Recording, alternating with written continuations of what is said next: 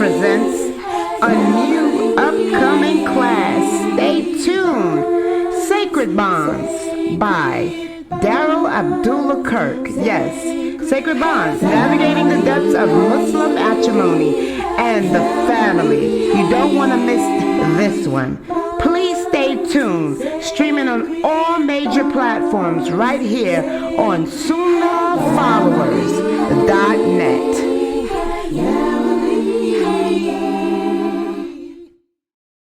Welcome everybody to our next class for tonight. This is our last class for tonight, and this is my class on marriage in Islam. And by the way, I just put out an advertisement for the new book that I want everyone to try to purchase here for this class, because this class is based on the book that one of my personal students has written. His name is Daryl Abdullah Kirk. Yes, he's my student. When he took Shahada, he took a Shahada from my teacher, and my teacher sent him to me. And he's been coming here learning Islam from me for over 20-some years. Okay? So he's written this book that we're speaking about, The Sacred Bonds of Marriage. And this book is a trilogy. There's a part 2 to this book that he just put out. It's called Sacred Adobe. Sacred Adobe. And that book is available on Amazon for just $11. His books are very inexpensive. And what we're going to do in part 2 of this trilogy is go into how to maintain an Islamic home. You know, what the Islamic home should consist of.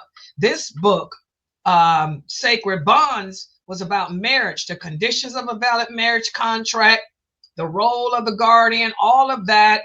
Why we marry, how to marry Islamically. This was the rules and laws on that. So now, after a person gets married, you have to live together as husband and wife and try to procreate and raise kids upon Sirat al-Mustaqim. So part 2 speaks about the Muslim home.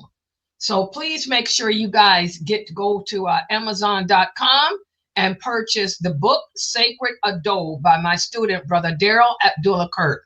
And also, Dr. Kareem Abu Zaid. Ramadan is starting next week. Kareem Abu Zaid has a book that I highly recommend for the children. As I've explained earlier today, any child the age of 6 or older should be fasting. If your children are 6 years old and older, they should be fasting.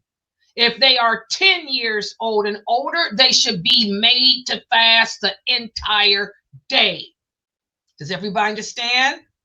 Then that's based on the hadith of the Prophet. The Prophet sallallahu alaihi wasallam said, teach your children to fast when they are 6 years old.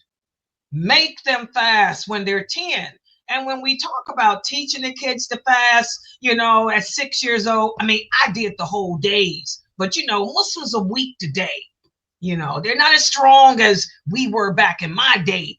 So kids like baby steps. So give them baby steps. Teach them to do 2 hours or 3 hours out the day when they're 6 and 7 and 8 years old.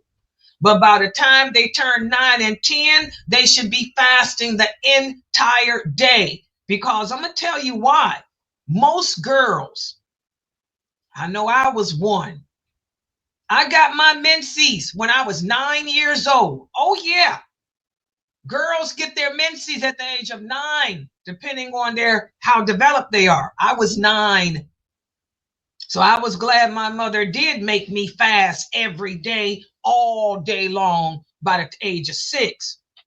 So, you know, your kids, if they're 10 and older, I would say if you got girls 9, they should be fasting the entire day. And to help with that is this book written by Dr. Kareem Abu Zaid. Kareem Abu Zaid has a book entitled Fasting for the Young Kids. I just played that commercial.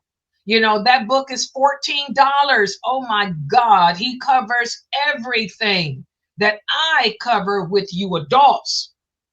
But he puts it on the level for children to understand. And so buy that book. It's $14. It's on Amazon, so that your kids can read it and learn and understand why they're fasting. And also pick up the book entitled Sacred Abode by my student, Brother Daryl Abdullah Kirk, so we can continue with part 2 of this series in 2 weeks. Okay, so for tonight, and by the way, get the book by Sheikh Muhammad Saeed Atli for our Sunday classes entitled He Was. That's on Amazon too, and it's only $6. Gives a description of the Prophet Muhammad sallallahu alaihi wasallam, and we're using those hadiths for my hadith class with the children on Sunday. So get all those books. You know, we're gonna spend this Ramadan really studying this deen. Okay, so for tonight, let's get started on tonight's topic. Let me put the PowerPoint up on the screen. It's not going to be long because I have some things I need to do. Okay. Sister Laila, I have a quick question. Yes, go ahead. So my question is, you have say you have a 7-year-old, but he's autistic and he's not understanding that what the fasting is, but he will still eat. Okay, first of all, if you have a child that's autistic, the pen is lifted. He doesn't understand anything. So that autistic child does not have to pray. The autistic child does not have to fast because he's severe autistic, are you saying? Or he's the pen is lifted for anyone who is mentally ill or developmentally disabled. So if you have any developmentally disabled children, you know, the pen is lifted. They don't understand anything. You know, you don't have to make them, you know, fast, pray, or nothing else, because it's abuse then, and you go to jail. You'd have people like me. That's the field I worked in before I retired. You'd have to deal with a Laila Nasheeba who's not Muslim knocking your door saying we taking your kid. Yeah, because I was gonna say, like, I can do my 5-year-old. She's a girl. She's about to be 6. Yeah, I can do her, but I'm like my if he's developmentally disabled, right? Yeah, he doesn't talk. Yeah, he's no. Don't you dare, girl. You will lose your babies. You have somebody like me knocking on your door, taking them babies away from you. Yeah, because I just wanted to ask. I'm like, oh, isn't that a child of neglect? Like. And we're going to talk about that next week too, because there are some people who are exempt from fasting. Okay. And just like I said, the schizophrenia, I got some schizophrenias in here. You guys better not even attempt to fast either. Bipolar people, don't even attempt to fast either.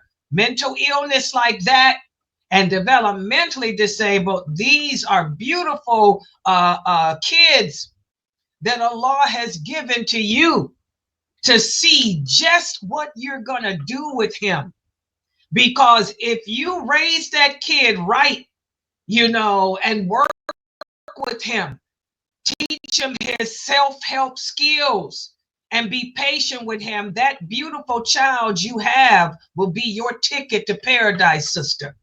Yeah, the pen is lifted for him because he's not aware of nothing. He's just a test.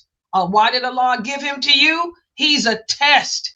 Allah gave him to you to test you, to see if you can take advantage of this beautiful gift of autism and make it your means of paradise.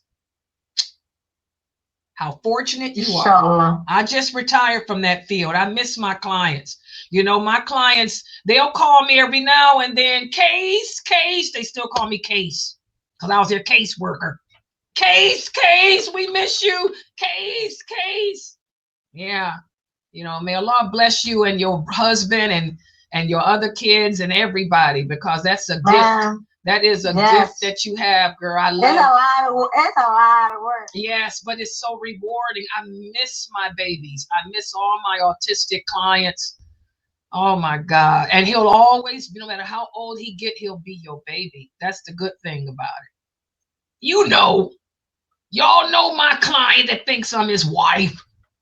He's older than me, but he'll call me on the phone. How are you doing, wife? Like, he don't even know what a wife is. I miss them. Girl, you just brought some. May Allah bless you. You made my heart happy because I just realized I really miss my clients. I need to go visit them. I can go visit them. Okay, but alhamdulillah, yes. So if you have any type of developmentally disabled child, don't worry. None of this applies to them. They're just your test to see if you're worthy of paradise. You know, inshallah, they'll be there. The question is, will you come with them? Think about that. All right, so let's put the PowerPoint up on the screen. Yeah, y'all know I miss my clients. And now watch, you know, that people at my job, they watch me on the internet, and my clients like to watch me. Now, I'm telling you, they're going to probably call me tonight. I'm going to probably get a couple of phone calls from my ex-clients. Okay, let me put the PowerPoint back up. Can y'all see this? Okay. All right, let's make the screen bigger. Yeah, it's not going to be a long class tonight. Tonight, and this is really amazing because we're at the end of this book. That's why I'm telling you guys, go to Amazon.com and buy part 2 of this series. It's entitled Sacred Abode. Because what Brother Daryl Abdullah Kirk does is he ends this book like an intro to the second of the trilogy, speaking about the Muslim home and the importance of establishing, you know, a great Islamic home. And that's what we're going to speak about tonight, inshallah. We have to understand as Muslims that our homes are not just physical spaces. They are blessings given to us by Allah. And Allah mentions what a blessing the home is. He tells us in the interpretation of the meaning, and Allah has made an abode for you in your homes. Oh, I love this. This is one of my favorite verses of the Quran, because Allah knows my home is my abode. You know, I'm a homebody person. You know, I don't like to be out in the streets. I don't like to go out the house. I turn my home into an oasis. I'm high class. I love luxury. I am modern luxury. I keep up with the times and I want the best in my home. The best, most beautiful home. I need the granite counters, which I have, the wooden floors, which I have, the fireplace, which I have, the cathedral ceilings. I'm all into that, the glass and glamour, because this is my retreat. I am not one of those type of women that like to go out and visit. Oh, you would never find me visiting and knocking on people's doors, hanging out in the streets and the malls. You know, I shop online. I love to shop, but I shop online. Okay, I do everything from my home because, like Allah has said, He has made an abode for you in your homes. The home is where we find peace. The home is where we find solace. The home is where we find so many virtuous benefits. And as believers, as Muslims today striving to become believers, we have to protect ourselves and our families from the dangers of the hellfire and from the burning punishments that await those who neglect the sanctity of the home. What's out there? Nothing's out there but trouble. What's out there? Nothing but trouble. You know, so we really as Muslims, and this is something that a lot of you new shahadas struggle with. I was born and raised Muslim. I've always been homebody. I've been in my house, never was outside, and I love it. But a lot of you are used to being out in the streets. A lot of you sisters tell me that you used to club, you used to party, you used to go on cruises, you used to go traveling all over the world. And you know, it's a big adjustment now. You know, especially for you as a woman, because as a Muslim woman, you're not supposed to be traveling and doing all that by yourself anyway. You have to have a mahram, which you women know, because many of you have stories that you could share with us about what happened to you traveling alone, you know, the dangers you encounter. So the home is a haven for us as Muslims. And what makes it a haven is the fact that it's a place of protection and refuge. It's the place where the woman can be herself. It's the place where we can let our hair down, as they say. We can remove our abayas. We can remove our kimars. We can shake out our hair and just be free. You can bring out the wolf in yourself. Okay, for those of you who are fantastical like me, okay, you can just be you. You don't have to put up that tough exterior like myself. I'm a daya. You guys see me on this internet. I have to maintain a certain demeanor. I have to put up this rough and tough exterior. And you guys know why, because you're here. You see what I have to deal with from the awliya of shaitan. Well, alhamdulillah, once the lights go out, once the camera goes off, I can be myself. I can be the sweet, soft, sensitive Laila. And I'm safe. I don't have to worry about anyone following me. I don't have to worry about anyone scamming me, nuking me, or trying to take me out or take me down. So the home serves as a significant role in our lives. It's a place to protect ourselves from the evil of the others, and also to protect people from our evils too, because all of us have some bad qualities, you know. So we got to learn to make our homes our retreat. And that's something that a lot of Muslims I know struggle with. And remember, guys, the Prophet Muhammad sallallahu alaihi wasallam, he emphasized the blessings of a person that can control their anger, can control their jealousy, control their tongue, and all of that, and whose house is sufficient for them, you know, and who weeps over their mistakes. You know, your home, it should be sufficient for you. Everything I need's right here in my home. I got my own exercise room, literally. Got an exercise club here if I want to go to it. Swimming pool, sauna if I want it.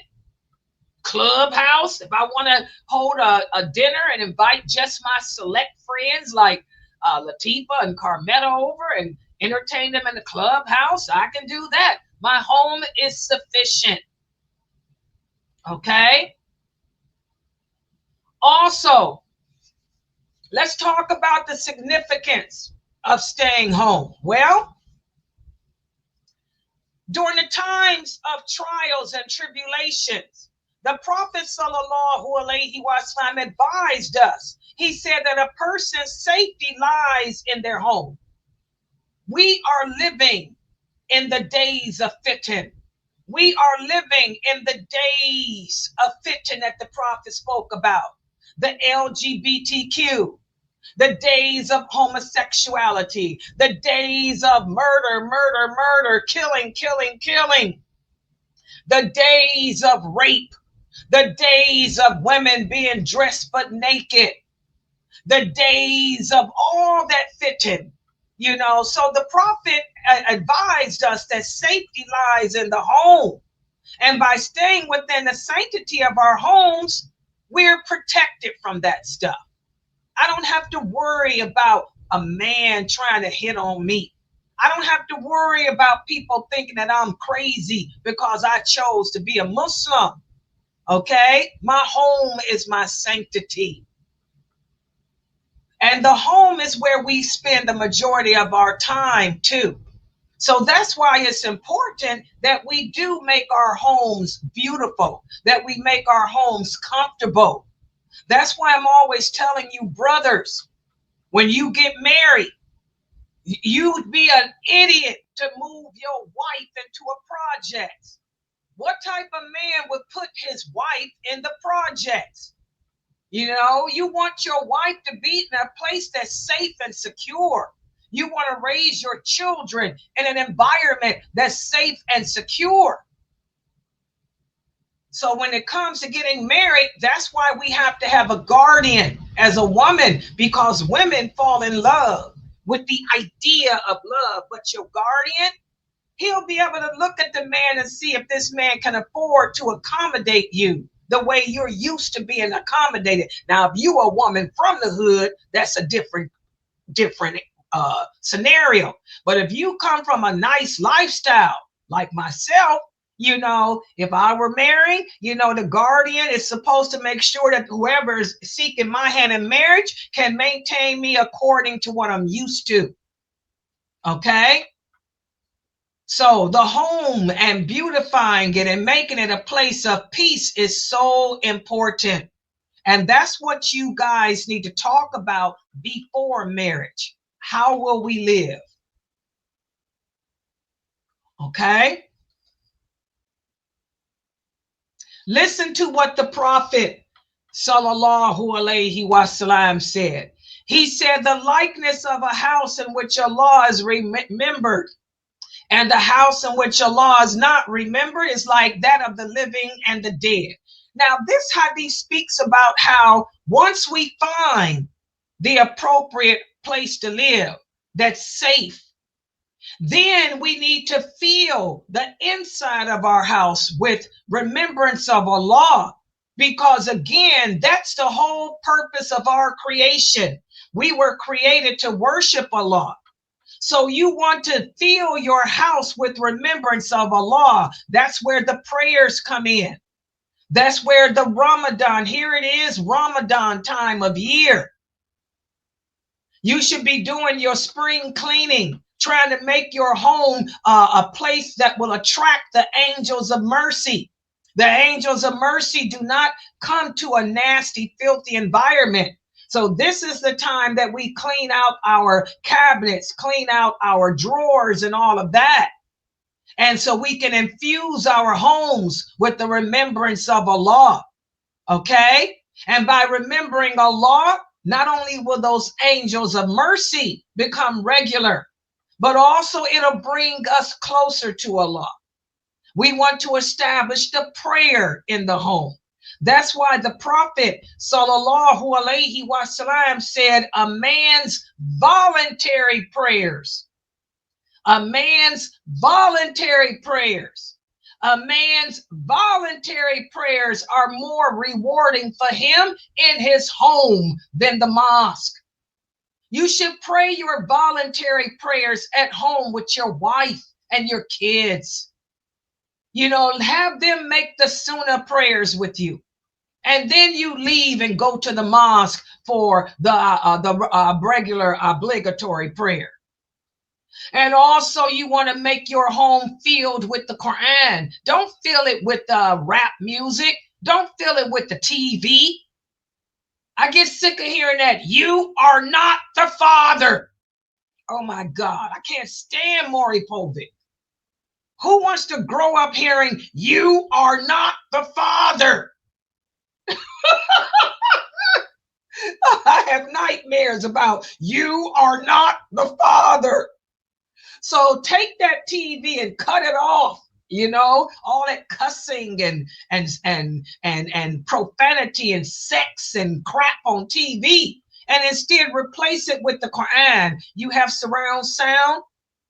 Have you ever heard the Quran recited on surround sound? It's a beautiful experience. To put your Quran on that surround sound. So by reciting the Quran and engaging in it and praying with your family, you know, this makes your home a place of remembrance of Allah. And this is all good advice for Ramadan. Ramadan will be here next week. You know, feel that home, put that Quran on loud, on surround sound. And also, you want to have discussions within the house about religious issues, Islamic issues. You know, talk with your family about the prayer, about the virtues of fasting, the virtues of dressing and obeying the law correctly. So, fill the home with remembrance of Allah and make it a sanctity for everyone within it. And to do that, that means we're going to have to also nurture our bonds with each other as a family. Everybody's sitting around on their cell phones texting or playing Xbox. No, let's do things together. Play Xbox with your son and ask him what game he likes to play. Play it with him. Play jacks. Whatever happened to jacks? I used to love to play jacks when I was a girl. I asked my granddaughter, she came to visit me last week. I said, let's play some jacks. She didn't know what jacks were. I said, you kids don't play hopscotch and jacks anymore? She said, no, we don't do that old people stuff. I'm like, oh, subhanAllah, play jacks with your kids or play games with them, and talk to them about Islam. Remember, music leads to distractions and a desire for worldly things, whereas the Quran reminds us of Allah. And also teach your kids to stay away from backbiting. They don't want to be in the house talking about other people. And you as a parent, make sure that you're not gossiping and backbiting and complaining about your husband or your wife to other people on the phone. Okay? Pornography and all that stuff should not be in the house. Playboy. I went over one Muslim's house one time and they had Playboy magazine everywhere. I'm like, your husband is what? He reads this? Oh, he says the articles are good. Girl, your husband got Playboy magazines all over the house and you have kids here. This is disgusting. That's why I don't go over people's houses too, because you're going to see stuff that you don't need to see, because it'll make you lose respect for those people. So we have to make sure that certain things we keep out of the eyesight of others within the home. And always the home should be a place of spiritual training, praying together. When you get up to make the night prayer, wake the children up. Like the Prophet ﷺ used to do. Have the children pray the night prayer with you. Take your sons. Ramadan starts next week. Take your sons to the Isha prayer so they can pray the Taraweeh behind the Imam and get the reward of that. And you women can pray the Taraweeh prayer at home with your daughters to teach them the virtues of praying together and how to do it correctly and stuff. So again, guys, the home is very important. Getting married, that's easy. It's easy to get married, but it's hard to keep a marriage. It's hard to stay married because there's certain things that we have to do. Number one, with each other, to keep each other interested. Then we have our children. And we have to learn how to come together as a couple to raise and rear these future Muslims into society.